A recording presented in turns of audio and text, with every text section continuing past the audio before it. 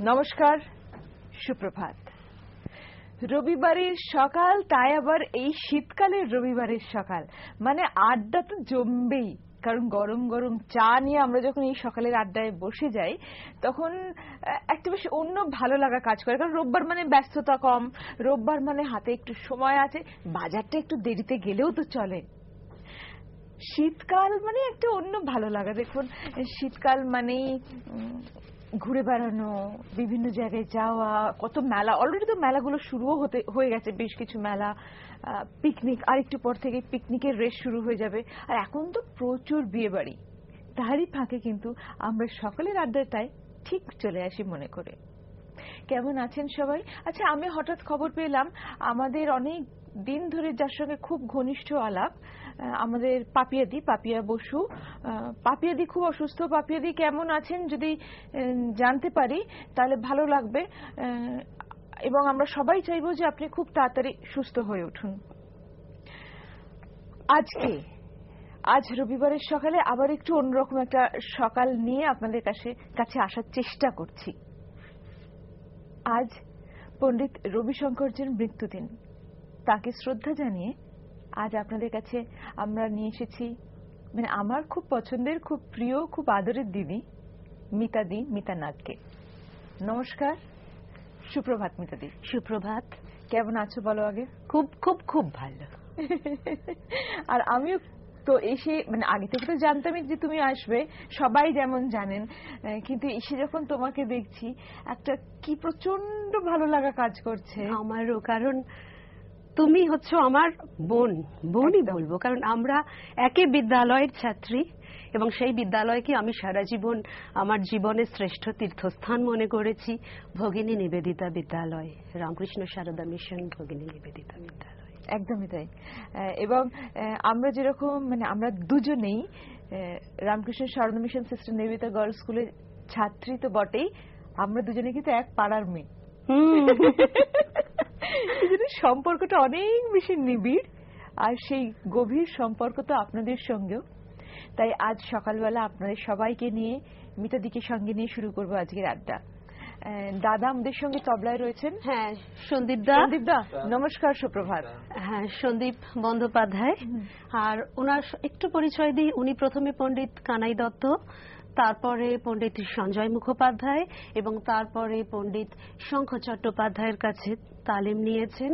আর সব থেকে বড় কথা, আজকে এখানে আমি ওনাকে এনেছি কারণ উনি আমার শিক্ষক, দাদা, বন্ধু এবং আমার খুব ভালো একজন পরামর্শদাতা।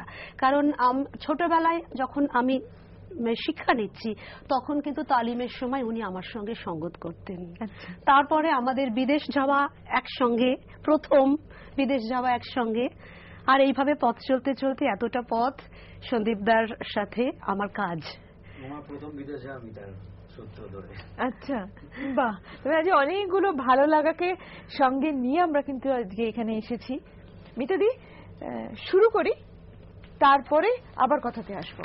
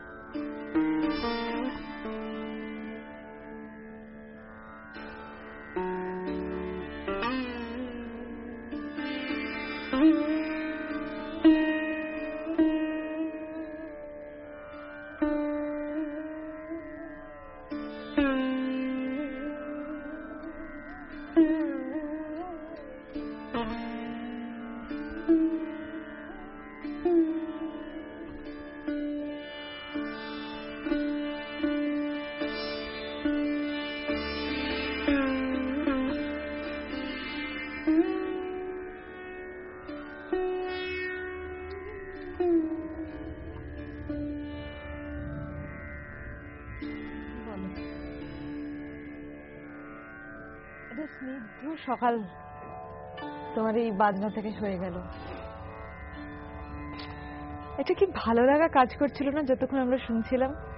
আর যে মন ভরে, আমি জানি না যা শুনবো তাতে মন ভরবে কিনা, অতৃপ্তি থেকে যাবে জানি। ভীষণ একটা মিষ্টি করে সকালটা শুরু করে দিলে মিতা দিয়ে। তারপর ওটা বন্ধ করবে।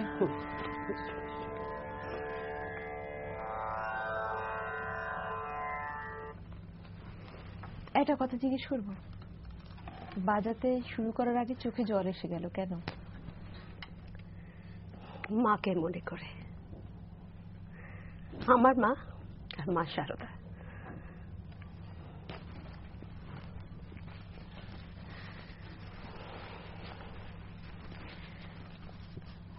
আপনাদের নিশ্চয়ই করে মনে হচ্ছে না মিতাদির সঙ্গে কথা বলবেন? নিশ্চয়ই বলবেন। তবে আজকে একটা বিশেষ দিন, আবারও একবার বলি, আজ আমরা শ্রদ্ধা জানাচ্ছি পণ্ডিত রবিশঙ্করজিকে। মিতাদি, তুমি কোনোদিনও ওনাকে সামনাসামনি পেয়েছো? হ্যাঁ, পেয়েছি। 2005 সালের 25শে মার্চ, সেটা ছিল দোল পূর্ণিমার দিন। আমার মা আর ভাই আমার সঙ্গে সেদিন ছিল। তার আগে আমি ওনার সঙ্গে দেখা করতে চেয়েছিলাম। তার কারণটা ছিল, আমার দাদু যখন উত্তরপাড়ায় ছিলেন, সেটা প্রায় 40-এর দশক, সেই সময় উদয়শঙ্কর ওই উত্তরপাড়ার বন্দ্যোপাধ্যায় পরিবারে আসতেন এবং ওনা ছিলেন খুব সঙ্গীতের পৃষ্ঠপোষক। রাজা যোধকুমারের ওটা ছিল শ্বশুরবাড়ি উত্তরপাড়ার। তা দাদু তখন চাঁচর থেকে, দাদুকে রবীন চ্যাটার্জি সঙ্গীত পরিচালক, উনি সন্ধান করে নিয়ে আসেন উত্তরপাড়ায় গৃহশিক্ষক হিসাবে। রাজবাড়ির সব ছেলে মেয়েদের উনি শেখাবেন। সেই সময় ওখানে শচীন দেব বর্মন আসতেন, আচ্ছা, আরো ছিলেন আঙুরবালা ছিলেন, এবং উদয়শঙ্করের ট্রুপে তখন পণ্ডিত রবিশঙ্কর নাচতেন। সেই সময় দাদুর সঙ্গে পণ্ডিত রবিশঙ্করের দেখা। তা সেই সূত্র ধরে আমি পণ্ডিতজিকে বলেছিলাম যে আমার খুব ইচ্ছে যে আপনি তো দাদুকে নাগমশাই বলতেন, তাহলে একটু দাদুর সম্পর্কে আমাকে কিছু বলবেন। তা উনি বললেন, মিতা, আমি তোমার চিঠি পেয়ে অত্যন্ত খুশি হয়েছি, খুব আশ্চর্য হয়েছি তুমি আমাকে হঠাৎ করে এরকম লিখেছ। তা আমি দিল্লিতে আসছি ওনার দিল্লির বাড়িতে, তুমি যদি আসো আমি তোমার জন্য 1.5 ঘন্টা সময় দেবো, চিঠি নিজে হাতে লিখে। তা সেখানে ওনার সঙ্গে দেখা হয়েছে এবং প্রায় 8 ঘন্টা উনি আমার দাদুকে নাগমশাই বলতেন। দাদুর বহু স্মৃতি সেই সময়কার উনি বলেছেন, এবং দাদু একবার ওনাদের সঙ্গে সিঙ্গাপুরে সেই এসরাজ নিয়ে ট্রিপে গেছিলেন, তখন উনি সেতার নিয়ে যাননি। দাদু অনেক যন্ত্র বাজাতেন, দাদু রুদ্রবীণা বাজাতে পারতেন, সুরবাহার, তারপর এখন একটা যন্ত্র প্রায় অবলুপ্ত হয়ে গেছে, ন্যাশ তরঙ্গ, এছাড়া হারমোনিয়াম, সেতার, এগুলো তো ছিলই। গান গাইতেন খুব ভালো। কারণ ধনঞ্জয় বাবু মানে ধনঞ্জয় ভট্টাচার্য উনি প্রথম আমার দাদুর কাছে ওনার কণ্ঠসঙ্গীতের শিক্ষা শুরু করেছিলেন। তা এইভাবে তখন খুব মানে ভীষণ কাছাকাছি বসে পণ্ডিতজির সঙ্গে কথা বলেছি, ভীষণ আন্তরিক, মানে আমার এখনো স্মৃতিটা জলজল করছে। ঠিক, মিতাদির কাছ থেকে আরো অনেক কথা শুনবো। না না, বাজনা তো শুনবোই, কিন্তু দেখবো তার আগে ফোনে কে আছেন। নমস্কার। হ্যালো। হ্যালো, নমস্কার। নমস্কার। আমি শিলচর আসাম থেকে নবেন্দু আচার্য বলছি। বলুন। সুপ্রভাত। নমস্কার।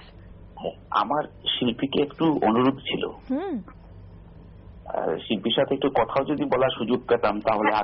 আপনি বলতে পারেন, উনি লাইনে আছেন। আচ্ছা, নমস্কার দিদি। হ্যাঁ নমস্কার।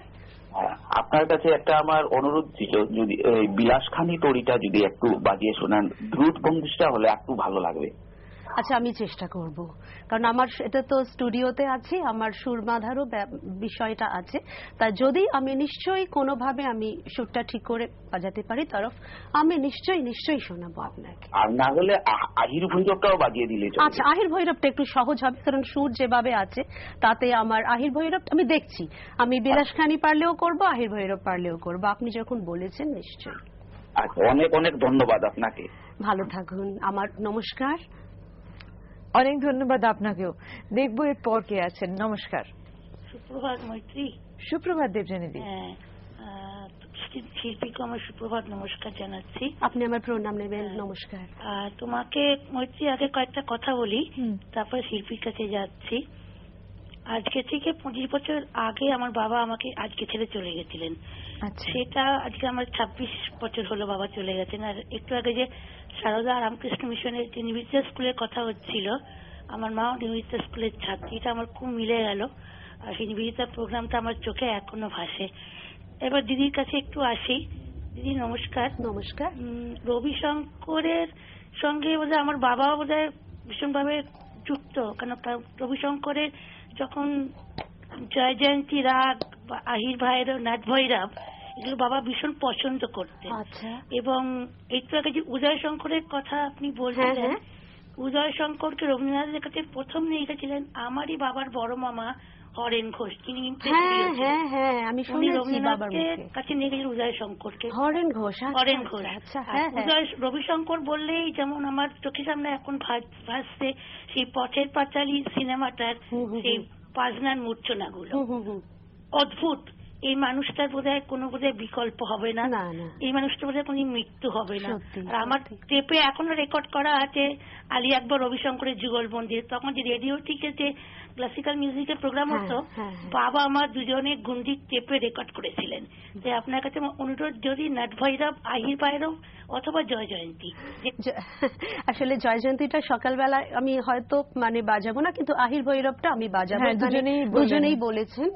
আর আহির ভৈরব আমার নিজের বড্ড প্রিয় রাগ, যদিও আমি বসন্ত মুখারি দিয়ে আজকে সকালটা শুরু করেছি, এটাও আমার ভীষণ, ঠিক যখন ভোর হয় আর কি, আস্তে আস্তে সকালে সূর্যটা ওঠে, বসন্ত মুখারি, তখন খুব ভালো লাগে আর কি। একটা কথায় আসি, তুমি তো অনেক ছোটবেলা থেকে সেতারের সঙ্গে জড়িয়ে গেছো। তখন তুমি স্কুলের স্টুডেন্টও, যখন তুমি আমাদের স্কুলে ঢুকলে, একে তুমি বলছো যে ক্লাস 8-এ, তখন মানে ধরো অনেকটা পথ তোমার বাকি বন্ধুদের থেকে তুমি স্কুলের সঙ্গে তোমার অ্যাটাচমেন্টটা তখন বেশ কম, কিন্তু তুমি একটা এরকম একটা বাজনার সঙ্গে, সাধারণত আমরা যে সময় বড় হয়েছি তখন মেয়েদের মধ্যে ওই নাচ শেখা, গান শেখা, আঁকা শেখা চলটাই বেশি, এই বাজনার শেখার প্রবণতাটা বেশ কম ছিল। একদম একটু একটা অন্য ধারায় তুমি গিয়ে একটা বড় হয়েছো। সেটা স্কুলে কিরকম ভাবে তুমি সাপোর্টটা পেয়েছিলে? স্কুলে তো যারা মাতাজি ছিলেন, মানে আমাদের ধরা সন্ন্যাসিনী দিদিরা, তারা তো প্রচন্ড মানে শাস্ত্রীয় সঙ্গীত ভক্ত মানুষ এবং সবাই যে বোঝেন তা নয়, কিন্তু ভীষণ ভালোবাসেন। আর একটা কথা হচ্ছে, স্বামীজি নিজে তো ধ্রুপদ গাইতেন, আর স্বামীজির এক ভাই হাবু দত্ত, তিনি তো বেহালা বাজাতেন, তার কাছে ওস্তাদ আলাউদ্দিন খাঁ শিখেছিলেন। সুতরাং এই সব দিক থেকে মানে মায়ের ঘরে তো একটা ধ্রুপদের একটা প্রভাব তো আছেই। আর একটা হচ্ছে ওখানে অনেক দিদিরা ছিলেন যারা আবার একটু শাস্ত্রীয় সঙ্গীত, কেননা আমি যে সময়টা বড় হয়েছি তখনও কিন্তু এতটা মিডিয়া এতটা তখন প্রভাবশালী হয়ে ওঠেনি, এবং বিনোদনের যে এত রকম প্রকারভেদ সেটাও এতটা আসেনি। তখনও কিন্তু অনেক সারা রাত্রি ব্যাপী অনুষ্ঠান, জলসা এগুলো হতো। আর ওখানে দিদিরা অনেকেই বাবাকে জানতেনই, কেননা পাড়ার মানুষ। আমার বাড়ি থেকে 5 মিনিটও লাগে না সিস্টারের স্কুল, পুরনো বাড়ি থেকে। কাজে বিষয়টা তাদের অবগত ছিল আর কি। আর এখন যখন স্কুলে যাও, ও বাবা, এখন তো স্কুলে গেলে তো মানে সবাই একেবারে মানে মনে হয়। কদিন আগে যখন সিস্টারের সার্ধশতবার্ষিকী তুমি বাজিয়েছো, আসলে মানে আমি মাই আমাকে বোধহয় কাছে টেনে নিয়েছেন, এবং সেটা সূত্রপাত ওই যখন আমি 8ম শ্রেণীতে ভর্তি হলাম। কেননা কোন রাস্তা দিয়ে যে আস্তে আস্তে আমি স্কুল ছেড়ে সারদা মঠ, সেখানে পরবর্তীকালে শ্রদ্ধাপ্রাণা মাতাজির কাছে চলে এলাম। উনি তো একসময় সেক্রেটারি ছিলেন।